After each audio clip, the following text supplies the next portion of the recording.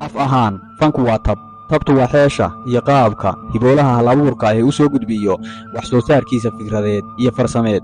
tabtaasi waxa ay noqon kartaa maanse suugaaneed, sawir gacmeed, jiritaan masraxeed, tumis qalabeed, rarid gaadiideed, maydhis dhareed, tulis kabeed, dabasho kalluumeed, qodaal beereed, shubaal ceeleed, dhisme guryeed iyo wixii la mid ah.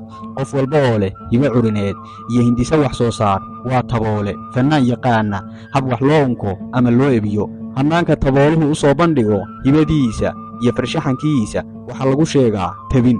in labada eray ee fan iyo tab isu dhigmaan waxa aynu tusaale uga dhigan karnaa in hiddaheenna tabta awrta loo raro lagu sheego fan, oo waxaynu maqalnaa fan horaad iyo fan dambeed. in buugaagga caanka ah ee tabta dagaalka iyo tabta maamulka dhigeenna afka carbeed lagu afnaqay fan, amaba qaararka gabdhaha suugaanta Soomaalidu ku tilmaanto fan. fanka maansada muraayadda bulshada ee kayntu waa isku tusmaynta suugaanta oo macno ahaan noqonaysa in laba wax oo tilmaamo wadaaga laysooga tusaale qaato. baahida keentayna waa in dadka garashadooda iyo waxa maskaxdooda ku jira lagula hadlo, iyadoo la fahansiinayo waxaan hore ugu jirin maankooda ama ku jiray ha yeeshee aysan fahansanayn. waa qodob weyn oo nolosha iyo suugaanta aan looga maarmin. waxaa lama huraana in waxa tusaalaha noqonayaa caan ahaado oo cidda looga gol leeyahay muddo badan ay garanaysay oo ay si fiican u fahansan tahay. waxaa la adeegsadaa ekeeyayaasha tirada ee ay ka midka yihiin sidii, tabta, tabtii, geddii, lagumood. wax ka dhigan waxaan kugu matelaa markaad odhaahdaa maqasho waad isdiyaarisaa, waayo waxaa laga sheekayn doonaa arrinaad garanayso.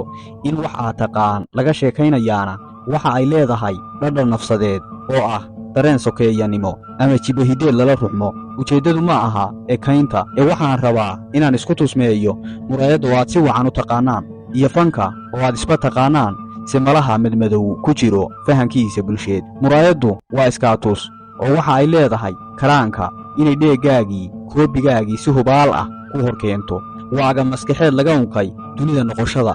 marka aad muraayadda istaagto waxaad dheehataa naftaada, waxaad garwaaqsataa muuqaalkaaga dhabta ah, waxaad la iftiintaa dhammaysnimadaada, waxaad la madoobaataa iimahaaga, waxaad bogaadisaa muuqaalkaaga ebyoon adiga oo qanacsan, ama waxaad isu diyaarisaa gufaynta guldalooladaada intii suuragal ah.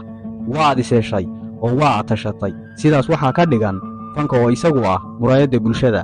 waa farshaxan waayaha nolosha laga dheegay, waa mala'awaal iyo suuraysi nololeed, waa hindise iyo hal abuur la tabiyo, waa tab iyo xeel aragtidii loogu rogo agab, waa daboolidda hulalkii nolosha, waa baan nafsadeed iyo bogsiin doogeed, waana isdaawasho muuqaaleed. intaas markaaad fahanto waxaad garwaaqsan doontaa foolxumada ka muuqata fankeenna maanta inaysan wax kale ahayn ee keliya aynu daawanayno nolosheennii oo foolxun. fakarka iyo hal abuurka oo la nuuxnuuxiyo, fanka iyo farsamada oo la koriyo uunbaana inaga saari kara goobta hiireed ee aynu sida qaabka daran u bahardaadno.